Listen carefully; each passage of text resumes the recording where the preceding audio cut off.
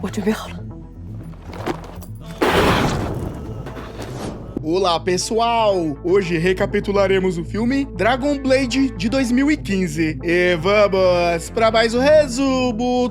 No ano 50 a.C., no caminho da seda na fronteira da China, dois exércitos se encaram, os Hunos e uma tribo nômade qualquer. Como bons apreciadores de pancadaria, decidem resolver tudo no braço, escolhendo um guerreiro de cada lado para um duelo. Os Hunos estão prestes a garantir a vitória, ou quase, porque um esquadrão da patrulha da Rota da Seda surge, liderado pelo Capitão Huan. Ele pede que os dois lados evitem um banho de sangue. Huan tem uma missão. Como posso explicar? O cara basicamente quer evitar a treta, ou seja, manter a paz entre as tribos e ajudar os necessitados e blá blá blá. Basicamente, um mediador de conflitos em um mundo onde espadas falam mais alto. Só que Cold Moon, uma guerreira Huno com temperamento explosivo, não gosta da interferência. A vitória estava na sua mão, e agora vem esse mala pacifista estragar tudo? Para descontar a raiva, desafia Huan para a luta. O capitão, que prefere resolver as coisas na conversa, não tem escolha. Mesmo sem sacar a espada, ele segura a pancadaria e depois de uma longa disputa, desarma Cold Moon e ainda arranca o véu dela, um golpe duplo no sentido literal e figurado. Mais tarde, numa tentativa de ser educado, Huan vai até a tenda da guerreira para pedir desculpas. Cold Moon, agora mais impressionada do que irritada, resolve pular a parte do rancor e se oferece para ele, tipo tirando a roupa. Mas Huan, um cavaleiro ou só muito fiel, foge como se estivesse visto um fantasma. Seus companheiros não perdem a chance de dar risada, afinal, o homem rejeitou uma guerreira feroz como se fosse um adolescente tímido. O motivo? Sua esposa Shun o espera em casa. Ao voltar, Huan leva boas notícias. Doou todo o seu salário para ajudar os companheiros feridos. Um gesto nobre, mas que não ajuda a pagar as contas. Shun, assim como ele, é pacifista e acredita na igualdade entre tribos. Um casal harmonioso, mas que claramente não pensa muito em planejamento financeiro. Só que mais um problema aparece rápido. O vice-comandante Po chega com más notícias. Encontrar o corpo genômades perto da fronteira e, ao lado dele, muitas moedas de ouro. Também encontraram uma assinatura falsificada em um documento alfandegário. Adivinha de quem é a assinatura? A de Huan. Preciso nem dizer que ele caiu em um golpe. Agora, ele e seus homens são acusados de contrabando e são enviados para os portões dos gansos selvagens, mais conhecidos como prisão infernal, onde se trabalha até a morte. Chegando à fortaleza, a recepção não poderia ser pior. Enquanto os prisioneiros de várias tribos ralam para erguer a estrutura, um guindaste cede sob o peso de uma pedra gigante e desaba. Huan, como um bom herói, salvou algumas vidas, mas a situação só piora. Os trabalhadores começam a se acusar mutualmente pelo desastre, e a confusão vira uma briga generalizada. E lá está Huan de novo, no meio do caos, tentando impedir que o canteiro de obras se transforme em um campo de batalha. Os prisioneiros são arrastados até o chefe da construção, que está à beira de um colapso. Ele tem apenas 2 meses para terminar a obra, e pelo jeito, o prazo foi definido por alguém que nunca pegou em uma pá na vida. Antes que ele possa lamentar mais, um novo problema surge. Mais um